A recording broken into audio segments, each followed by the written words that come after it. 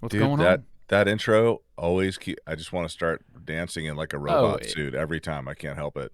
yeah. It's the best. I mean, we should, I think, in the future really just kind of have like a little thing in the bottom corner of the screen where we can dance and be seen. There's Dude, no point in dancing if you can't be seen. I, So, I learned a long time ago as a kid that nobody wants to see me dance, and that's why I ended up being a drummer. So I can make people dance, but nobody. mhm. I'm worse than Elaine from Seinfeld. Like I'm. Elaine's got moves though, man. Have you seen? There's an Elaine dance contest. Yes. Yeah. Yeah. Like an official. It's hilarious, dude. People are wearing all these crazy old school 80s style dresses and stuff, Shoulder Oh my pads. god, yeah. So there's like a visual component, like outfit wardrobe wise. But Yeah. anyhow, here we are. Welcome back to Quasar with Fries. This is episode 8. My name is Rich and this is Wayne. That's right. Thank you for just saying it. Yeah, see, I tried to avoid the awkward gap. The last And this is, dude. I was listening to the. Here's a shout out to a podcast I like. I've only listened to one episode, but I love what I heard. It's called On Brand. Mhm. But it's a guy and a gal, and they kind of just talk about like random companies and brands, and like they do like a whole hour on it. The one I listened to, the first one I listened to, was on Yankee Candle. And so I was like, I have no interest in Yankee Candle whatsoever. So if this can hold me for an hour, then they're doing something pretty Yankee good. Candle, what is that? Yeah, you don't know what Yankee Candle? Dude, enlighten me, the brother. Yeah. the little candles that are in jars. Oh, okay. Yeah, like Yes. they were like the pioneer in the jarred candle space The with all jarred the super strong scents. the jarred They were candle age. Yes. really big in the 90s. But anyway, they probably did that episode a long time ago. I literally just scrolled through and I was like, "What's how far back would my app let me go?" And I got to Yankee Candle and I was like, "This is a pretty good litmus test." And I was very entertained. Huh. They're hilarious. But anyway, I've completely forgotten what I was gonna say. Oh yeah, that's right. Their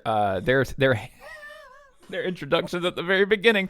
I was like, "Oh wow, they're really good at that." We should try.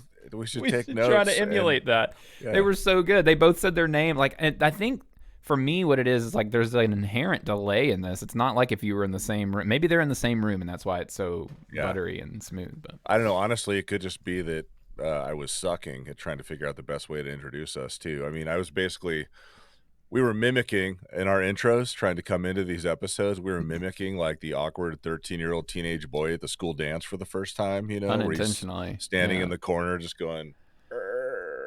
No one look at me. No one look at me. No Yeah, one look at please me. don't look at me. If a girl asks me to dance, I'm gonna freak out. Oh my god. Yeah.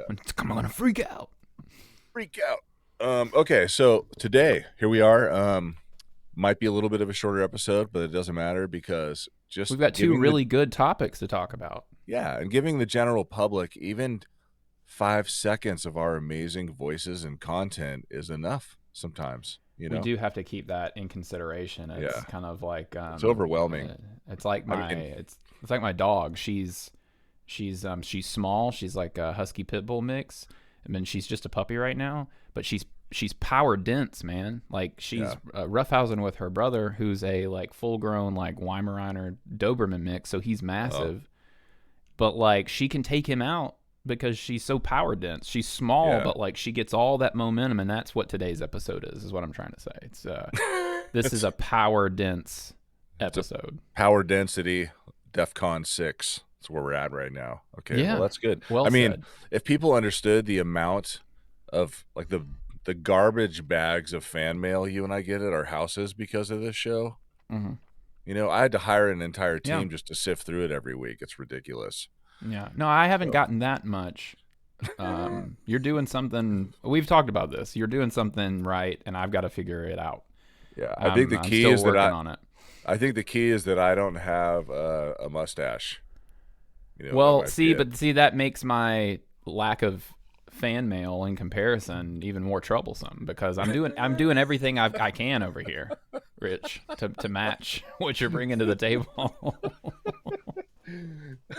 Well, It's not maybe it's working. because I have more chins. So just start eating loaves of bread and giant giant tri-tips as often as possible and don't exercise.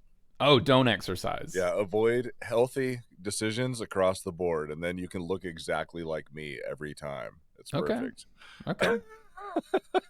Okay, here we go. Let's jump right in. So the first Yes. topic is, there now that the camera thing is the craze with the phones and has been for Yeah. years now, but it's like I feel like it's ratcheting even tighter and tighter into more, pun intended, much more narrow focus for the phone makers Yeah. basically, because now they're like really everybody just wants to look as amazing as possible for their selfies and their landscape photos and stuff. So Well, there are whole industries now, though, dude, that yeah, are like shot entirely on a phone. yeah, I mean, I was listening to there was a Vergecast. I listened to a lot of podcasts, but like there was a Vergecast mini series that they're doing. Where it's called Making It, and literally the subject of this one episode was like these twin brothers, who started a YouTube, TikTok, Instagram. I think it was initially it was for TikTok, yeah. where they go and they play mini golf tournaments with their friends, and they just film it, and then they come back and they edit together like an edit of the tournament. I think 3 holes at a time, and then one of them narrates. Oh, okay. That's it. That's the channel, and it's getting just bajillions of views. They're doing very well. It's called Twin Tour, I think, is the name of the channel, and so they shoot everything on iPhone. Like he Nice. said, actually, at one point they were like, we used a real camera when we were doing some stuff for YouTube, because they're like, YouTube, we should probably try to use a real camera, which is I would think smart, because you want to match the content to the platform. If everything looks the same everywhere, you're kind of I don't know. It's smart, I thought anyway. And they said that like the workflow just didn't make sense, Yeah. and they didn't see like a noticeable kind of like appreciation for the. But see, you've got like cameras coming out like the Fujifilm X-M5 or any of these cameras that have like open gate on them, where you can Mhm. shoot 6K, and it's like a 4:3 aspect ratio instead of 16:9, and that's literally they're including that now so that content Huh. creators can film landscape but then crop to vertical. Got it. So Yeah. Yeah. yeah, the phones have really changed things, and even still though, like the guy that was that runs the channel and does all the editing and stuff. I think they both do some of the editing, but he was like, "We love it on the phone. Everything they do is in CapCut." Yeah. Yeah. And that works for stuff. So I mean the higher Yeah. level topic here is real camera versus iPhone. Obviously that's a very loaded statement Mm-hmm. right there, because there's so many reasons to use real cameras and not use an iPhone. However, let's steer clear for a moment about the or from the like professional creatives who are using, you know, Yes. red cameras and shooting feature films. Like, we're not talking about those people. We're talking about Right. everybody else that has access to either a DSLR camera, a point and shoot, versus a phone. So, uh, Mm-hmm. one of the things for me, so I have a Canon 5D that I used to take out to do stills all the time. Still my workhorse, full frame camera, things awesome. But um, it's kind of a beast. But the Mm-hmm. other thing that I don't like, and this is a big part of the discussion, is like if you decide to just go with your phone, the phone has now been set up, like especially the phone app on the iPhone has been set up to get you from A to an assumed B scenario with your end result photo. And so it makes all these adjustments in Yeah. processing of your photo for you without you having any say in that. And if you're just grandma taking blurry pictures of your grandkids covered in birthday cake or some shit like that, cool, whatever, nobody cares. But for those of us that would like to actually leverage the power of the camera on the phone, I Right. don't want all of my stuff maxed out. And like, I was telling you this the other day, like I equate it with in the music industry when you're putting stuff on Spotify and you look at final mastered songs and stuff.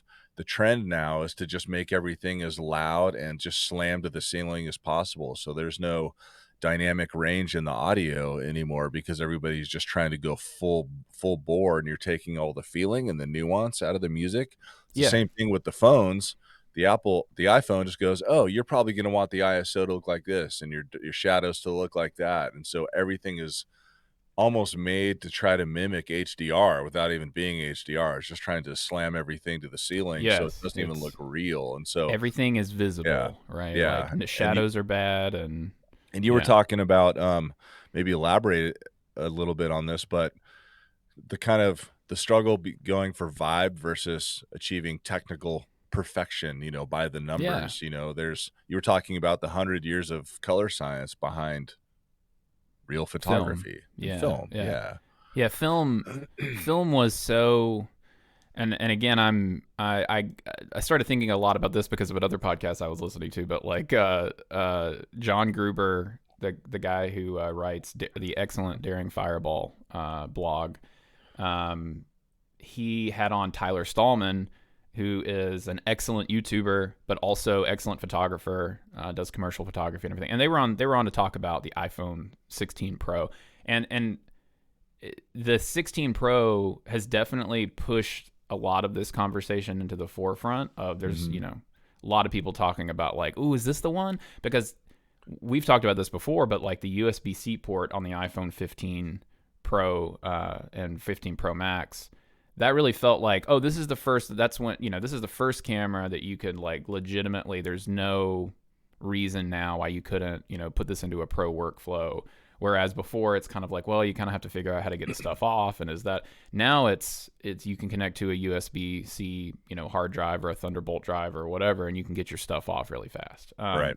So since the 15, and now you have the 16, and the 16 was like the splashy introduction on the 16 Pros was the addition of 4K 120.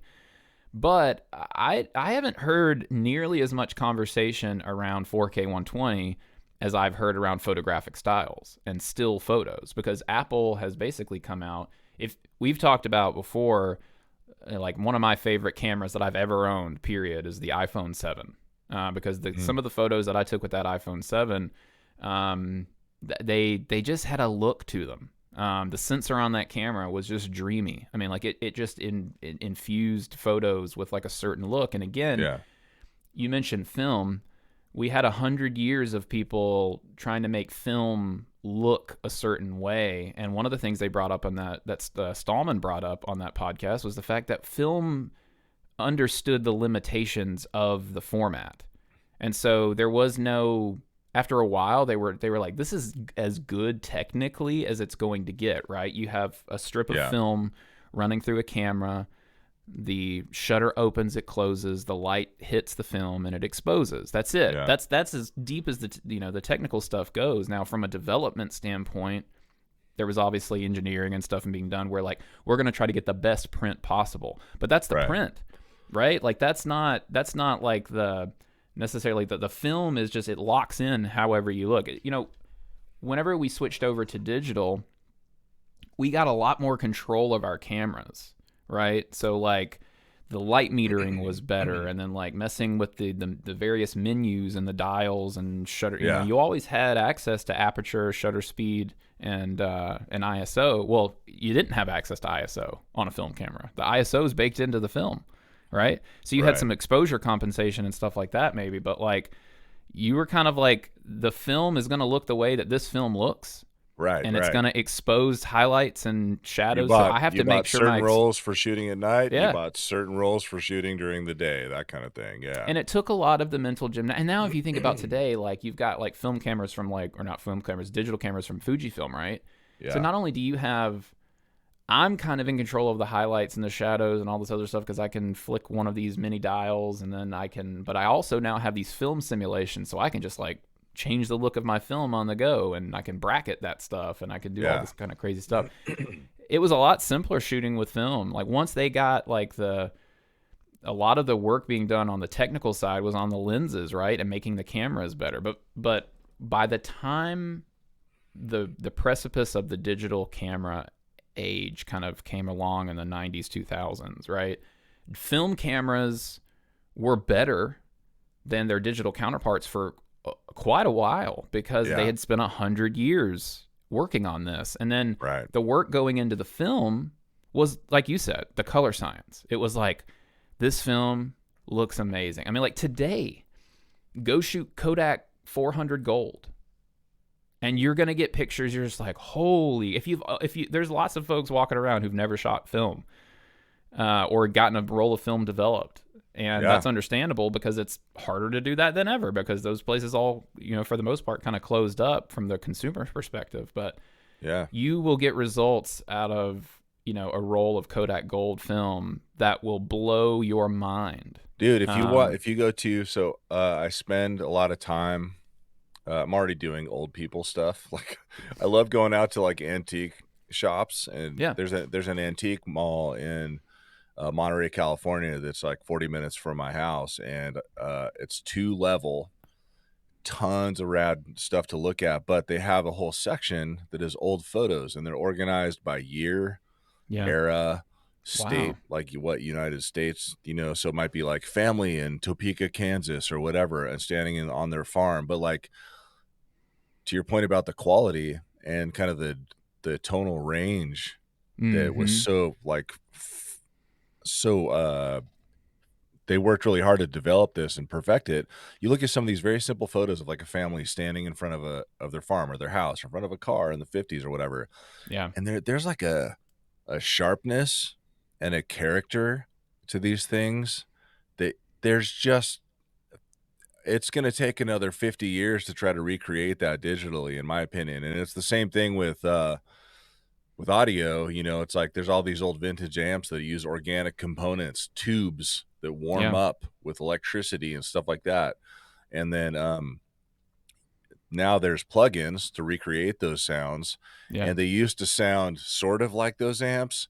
Now they're like, it's amazing. You almost Yeah. can't even tell the Right. difference. But it's the same thing in that there really is no replacement in audio for pushing real air into a real microphone diaphragm. And on the photo side, it's the same thing, right? There's something about the organic components of an analog camera and all that science that has gone into it, and all that testing and technology and innovation over time that has maximized that medium so much that it looks incredible. And it just can't be, you can't mimic it with a filter. I mean, I know that the general public can, in their minds, they're mimicking it with a filter, but like, Sure.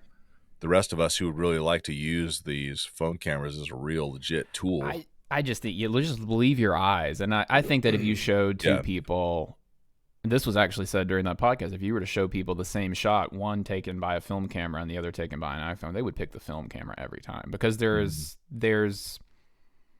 a dreaminess, there's a just kind of like a look there that you would just prefer over the flatness and the over sharpness of an iPhone. And again, like, we're not even talking about this to suggest that you should go out and buy a film camera, and like that's what we're talking about, dedicated versus iPhone. But to understand kind of like where digital cameras are today, you kind of have to understand we lost something in the transition to digital. Is another point that Stallman was making, is just kind of like, when we switched over, we just kind of went full in on the technical and trying to make these cameras as powerful as possible, right? Because there was no film to talk about. And in that process, you had Fujifilm and Kodak and all these other kind of filmmakers, film manufacturers that had put all the time into their craft. And so now the camera companies were doing color, and they still aren't great. Like, Sony still gets crapped on for its color science, which it's like you can make the color look however you want on any camera. Canon on the other hand, gets praised for its colors, but like most people who are shooting Canon, they're doing their own color. They're doing their own color grading. They're not taking what comes out of the camera. Yeah, everything's coming out in log. Yeah, or raw. 100%. Yeah. And so a lot of that has then been shifted back onto us, so it's no longer film. It's either you do the color or the camera does the color. And so when we come back to the iPhone situation, I mentioned the iPhone 7. It had great colors, the sensor, but again, they were doing things back then with the camera app and with the phone itself to compensate for technical shortcomings. The phones that they're putting out today are so technically superior that it's kind of like, oh man, we could just like, how about we just no shadows or contrast. Yeah. Like Yeah. let's just expose everything perfectly. Just wash it all out. And you know, Yeah. I don't want to get into kind of like the problem with that. It just, but what it's resulted in, as we've talked about, is just pictures that just don't look good. Yeah, well, there's to the big thing with like real photography or doing things in manual mode is like we were talking about what's missing when you just shoot a still with your iPhone or whatever, your phone, is it's kind of missing there's something you get, there's a result that you get with human intuition interacting with the device and making adjustments to get a thing. And it is an abstract and emotional thing that you're doing. It's not just technical. Photographers aren't out there shooting all these amazing photos and video and they're like, how can I just make sure that technically I get this right? No, that's like 50% of it. The other 50% is, how does this shot make me feel when I look at it? Yeah, when it comes back up. And that's something you can't program into a phone. And so when the phone tries to do that on its own, you end up with all this like weird homogenized versions of photos, or like certain settings were just too extreme for this, but that's how the phone decided to calculate that before it gave you the final output when you push the record button. Yeah. And now you have this kind of robot version of what you had hoped to get if you were trying to just rely on the phone to be in, you know, auto mode and just do whatever, you know. And right. We had this very brief period where I'll keep it to, I'll include Samsung, Apple and Samsung and Google. Yeah. You know, today what we have is all three basically take the same photo. It's it's crazy how today they've all kind of like decided to basically just look the same. Yeah. Samsung still really prefers like saturated colors, and Google is a little bit more friendly to contrast and shadows. And then you have Apple, which is just kind of like super sharp, not, you know, it's going to push up the highlights to take advantage of these HDR screens that we have on the phones, et cetera. And so it's just not good. But it wasn't so long ago that when they were still kind of dealing with technical limitations and they had to have an opinion on how should this photo look. Right. We think a photo looks good whenever contrast is here, shadows are here, exposure is here. And so that's what you're going to get by default. And Apple had a look, Google had a look, and I think everybody agreed that Google's look was superior. It just looked like a normal photo instead of one that had been HDR'd to the moon. And then Samsung had a look too. And it's kind of like a lot of Samsung stuff was, we're going to soften skin tones and we're going to try to move blemishes and we're going to like try to make everybody look good. So again, it's like, that was actually great because it wasn't like a good, better, best thing. It was like, what do you think? Like, there's opinions here. And it was cool that they had opinions. Canon has opinions on what colors should look like. Sony, Panasonic, they have opinions. Fujifilm is very opinionated on what things should look like. And I think Fujifilm, because of their history as a filmmaker or film manufacturer, they had this like really interesting, and they finally broke through kind of with the X series cameras on offering these film simulations, because there's a difference. I'll put it this way. Like if you shoot a raw photo with a Fujifilm camera versus the straight out of camera JPEG, where, I want to match the film simulation after the fact. And it's not as good. Like, because Fujifilm is using kind of like the sensor and the lens and kind of like that nice combination of hardware and software integration to make their JPEGs something very, very special. Yeah. In terms of giving you filmic looks and everything. And that's where Photographic Styles comes in on the new iPhone 16, is that Apple, I think after years of hearing, we hate the way your photos look by default, is trying to give everybody more access to the imaging pipeline to where like you can bake in your look. And then if you didn't like that look after the fact, heck, you can even go back in and you can change the look completely.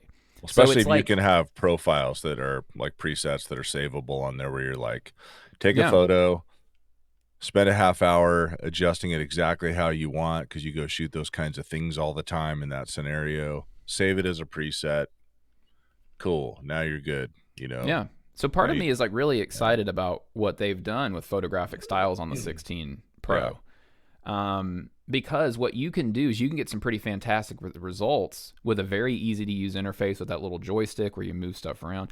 the main thing that is disappointing about Photographic Styles is that they don't go far enough, and there's too many options that look exactly the same or just are weird. Like some of the mood Photographic Styles, like Luminous, or some of the other ones, like they just, it's like, when would you want to use this? I don't. I honestly, I've always hated categorizing things by mood. They do that in audio too. Like I've seen where it's like, oh, how do you want this mix to sound? And, and it'll go do some preset stuff, and it's like happy or whatever. I'm all, but that's based on what filters, feel a certain way. But like, they don't want to call them filters. Yeah, so, and that's the other confusing it or something.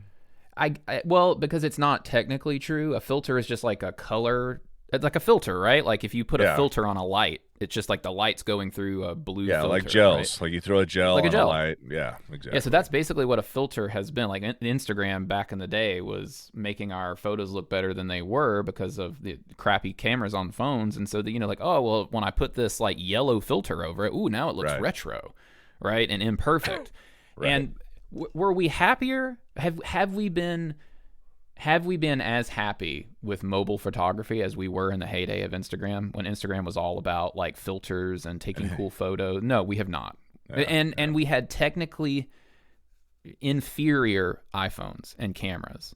And we were delighting in those photos more now that we have these phones that, can do HDR and everything like that. So I think there's a little bit of an admittance here from Apple. It's kind of like, all right, you know what? We have our opinion. Google has their opinion. How about you make your own opinion? Like, get in there. Like, figure out what you like and save it, and then that can just be your default moving forward. Your vibe, and what's your vibe? Like, what vibe are you trying to go for? And, like, that's very similar to the idea of, like, if you have a favorite film, if you love to shoot Ilford 400, that's a vibe. Like, that's your vibe. That's the vibe that you prefer. And so, like, that's really cool. The issue is, and so like I remember on a couple episodes ago, I said, I'm loving Photographic Styles so much that I think that you could even, now fully replace like a camera like the Ricoh GR III with an iPhone. And I think there's still lots of situations where that's probably true for a lot of people, but I don't like just, crapping on a whole camera that has a very dedicated and like, community that loves the camera. So I went out and I bought a Ricoh GR III to see if that's the case. And like, what happened was like, I was like, I just don't want to shoot with this phone anymore. Like if I'm like this camera, so here it is, here's the Ricoh GR III. This camera is so small. It fits in it's truly a pocketable camera. Like I can just throw this in my pocket, and you know what, dude? If we went to, the pumpkin patch and all this other stuff this past weekend, and I brought this little camera, I left the phone in the car. Because I was just like, I don't want the phone. Because the phone's just going to like do notifications. Like I have no interest in posting, or I'm out here to like enjoy and like enjoy my family and take pictures. Like that's what I want to do today. And so the camera lets me do that. So that is one obviously like huge bonus. That's actually a big part of this conversation too. And one thing that I wanted to make sure we covered was like the one or two times and why I'm on the hunt for a point and shoot right now is that the few times that I decided, you know what, I'm going to take my Canon 5D out. I'm going to bring a bunch of lenses. I'll bring a 50 to do some weird artsy stuff, and I'll bring a couple others, get some wide shots, telephoto, whatever. And like, I left my phone in my car, and then I went and shot a bunch of photos, and dude, I enjoyed myself so much more shooting photos because that was all I was doing. My brain wasn't like, and yes, you can turn off notifications, and maybe it's a willpower thing for me, and an ADHD thing. But like the fact that I have all these other apps that I could just go check my email real quick after I get this like footage of these flowers. It's like that really pulls my brain out of the creative immersion process that I try to put my brain into when I'm making things. And so the point and shoot thing, I haven't had a point and shoot since the Canon PowerShot A640, I think. Okay. That's like 15 years ago or something like that, maybe even longer. But that thing was an amazing camera. And so you have sent me a couple options, and my wife is really happy about that. So I'm sure she is. Hey, there's a couple like $1,000 point. I'm like, hun, there's going to be zero. The only ROI on this purchase is going to be joy.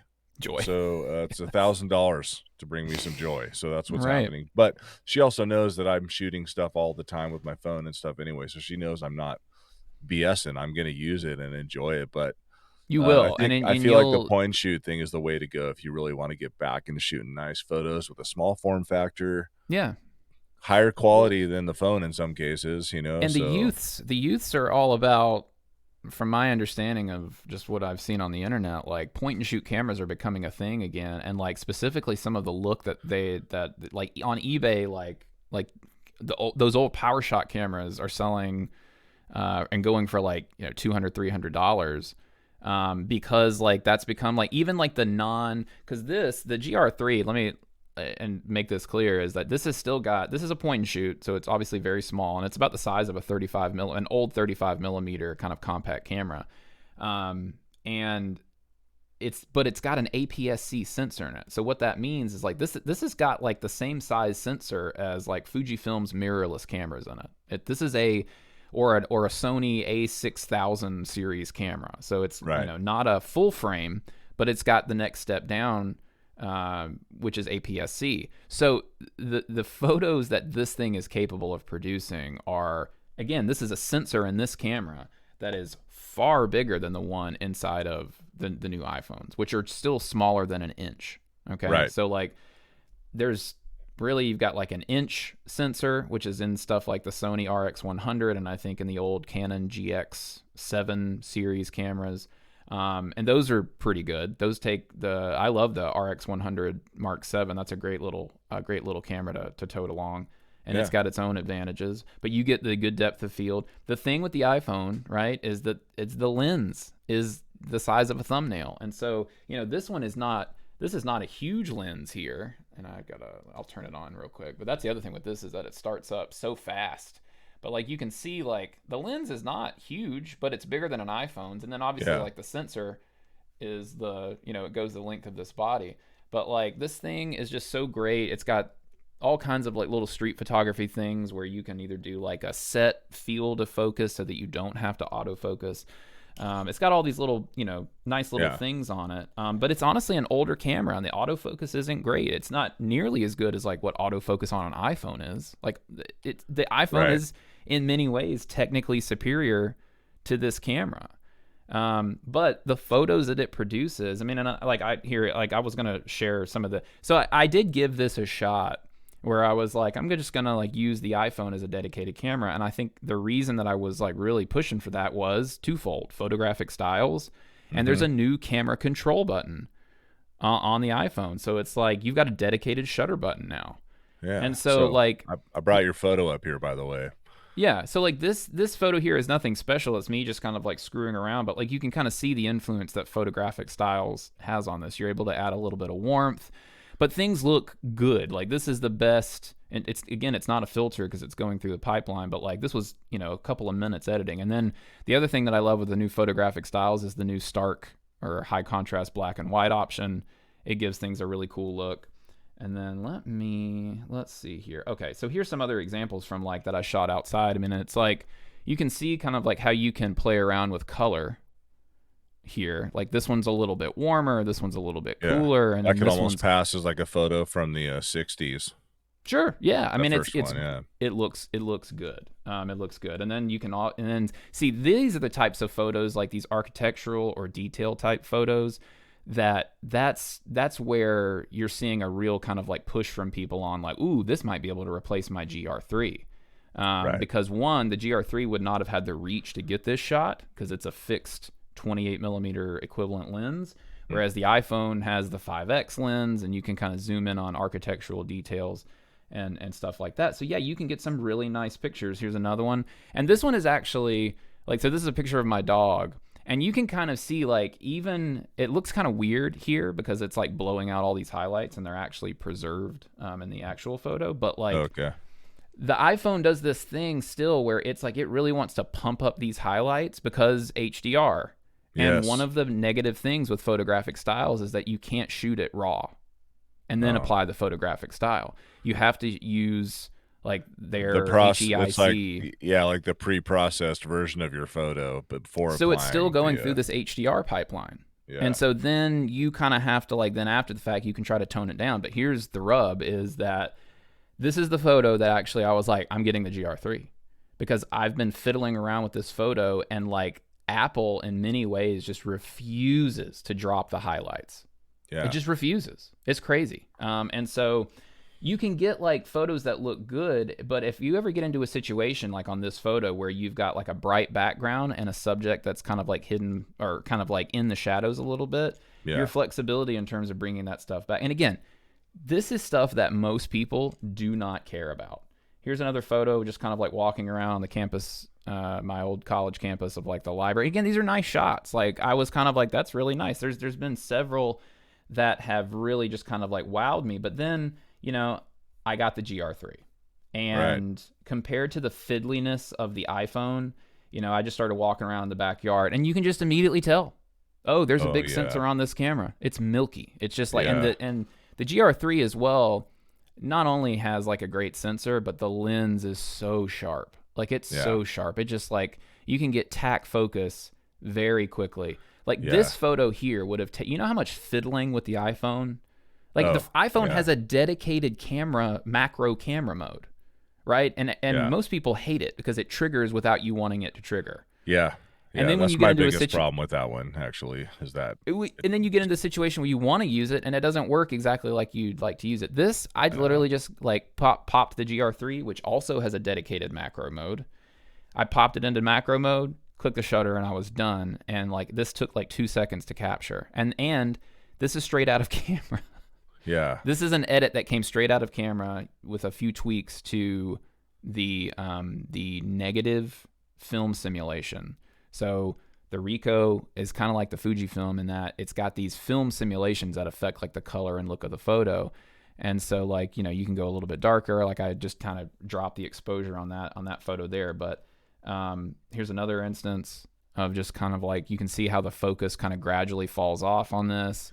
That's just not Yeah. happening on an iPhone Yeah. without some kind The of depth of software. field, the depth of field transition with that camera versus the phone is so buttery and And perfect. here's you another know? macro shot. Like Yeah. this is a black and white macro landscape street photographer's dream, the Ricoh. So I mean, like we've seen like several examples now of just kind of like, here's another like high contrast black and white shot where it's just like this camera it has opinions. Like the sensor itself has opinions about like, here's how I want light to fall over something. And Yeah. that type of opinion is just not present on any modern smartphone. Right. Right. And it's a beautiful thing. And so like where that leads me is like, you know, I want, here's another example of just like, that's a shot from the Ricoh GR3 and it took 2 seconds. I framed it, I clicked the shutter, and then I didn't even have to edit. I didn't even edit this photo. When I get this camera, it'll just be another thing that takes me away from hanging out with anybody. I seriously will drive up the coast. I'm in the California coast, and there are just miles of gorgeous, obviously the ocean opportunities, but we have so many types of plant and animal life and species out here in just a small area. Like for days, I'm going to be Yeah. getting photos with this Oh, thing. dude, I can't right. wait. Yeah. Yeah, I don't- my dogs will definitely are going to get flooded with this camera. I can already tell. Yeah. Here's a good example though, thinking about that iPhone photo, right? The one that it was just giving me fits trying to get the background to, you know, and like it perfectly handled it here. Yeah. It understands like there's a bright background, but like I've got my metering set on center point spot metering, which is another thing the iPhone doesn't have. It doesn't have the Yeah. ability to be like, don't meter the whole screen, meter right where I'm telling you to meter, right? So like, Yep. and again, I fully recognize like that these are settings that not everybody wants to have to deal with. But Yeah, like, here's another but that one. metering spot alone that you were just Yeah. talking about, that is part of the human intuition component of deciding on what kind of photo you want. That it's just not, you can't replicate it with technology. You can, or not with phone technology, like at least from what I've They don't seen right care now. about it, They I don't, think. because they don't care about it, because unless there's a big enough demand from the general consumer, really this is about what the general consumers want more than the pros. I mean, that's where the money is, right? That's where the volume Right. is. So, that's where you're always going to see limits. It's like me, right? I'm 6'4" and 277 pounds. So when cool clothes come out, they never make it in size triple XL for rich. It's Right. always just I only get the generic versions of things because I'm a big dude, right?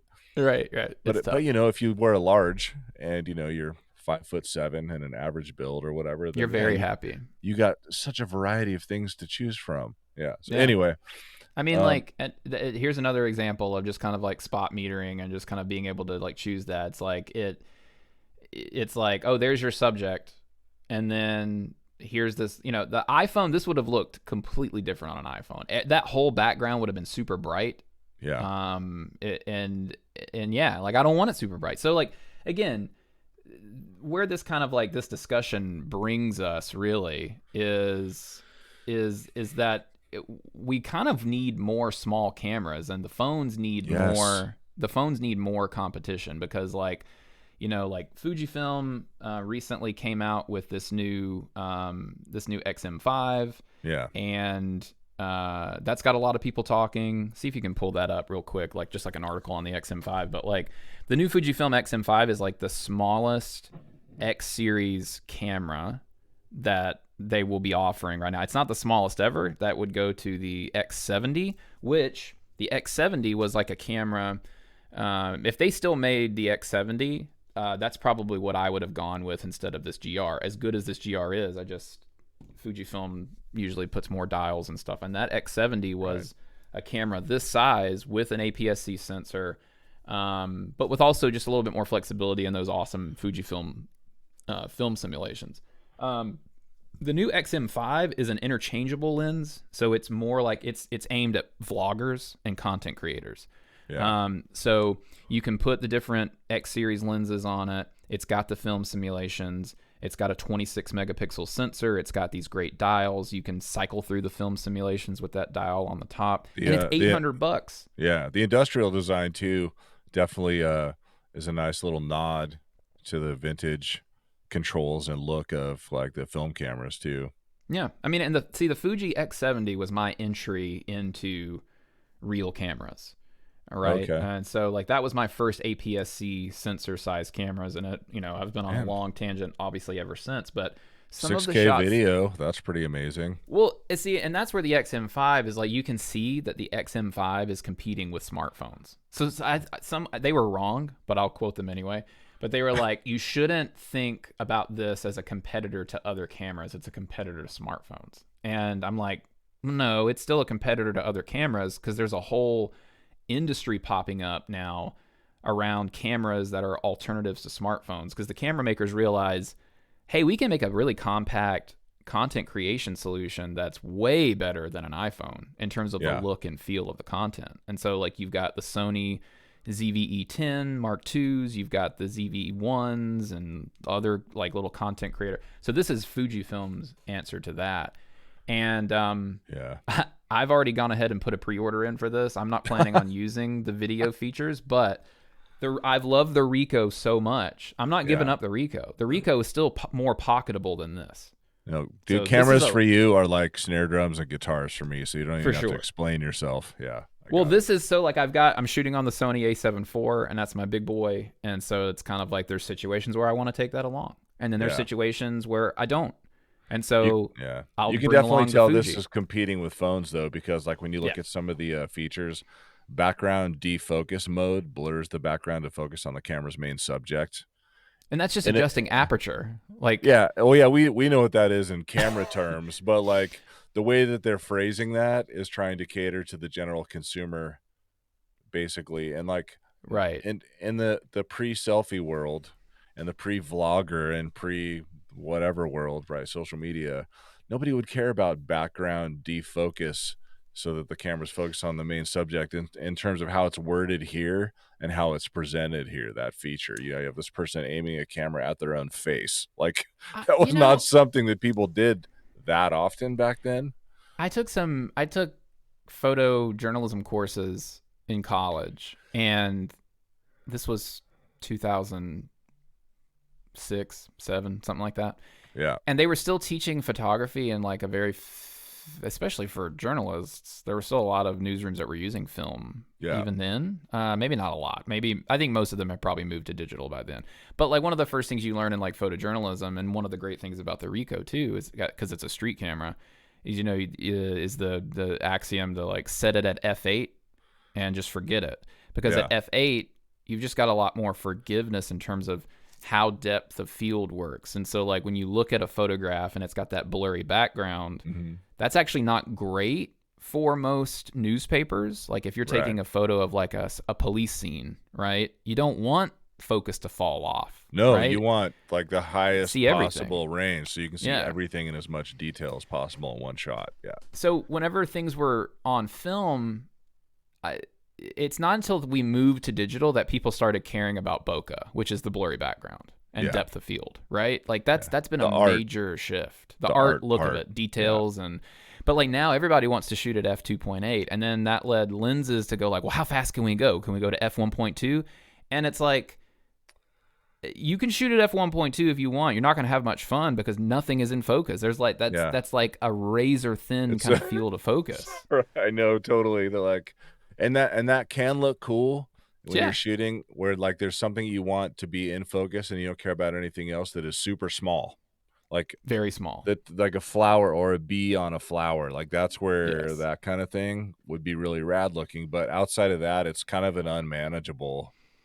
Yeah, and you think, oh well, but 1.2 lets more light in. So basically, the small numbers on aperture mean you get more light into the camera. Bump your and the big ISO then and like use the correct.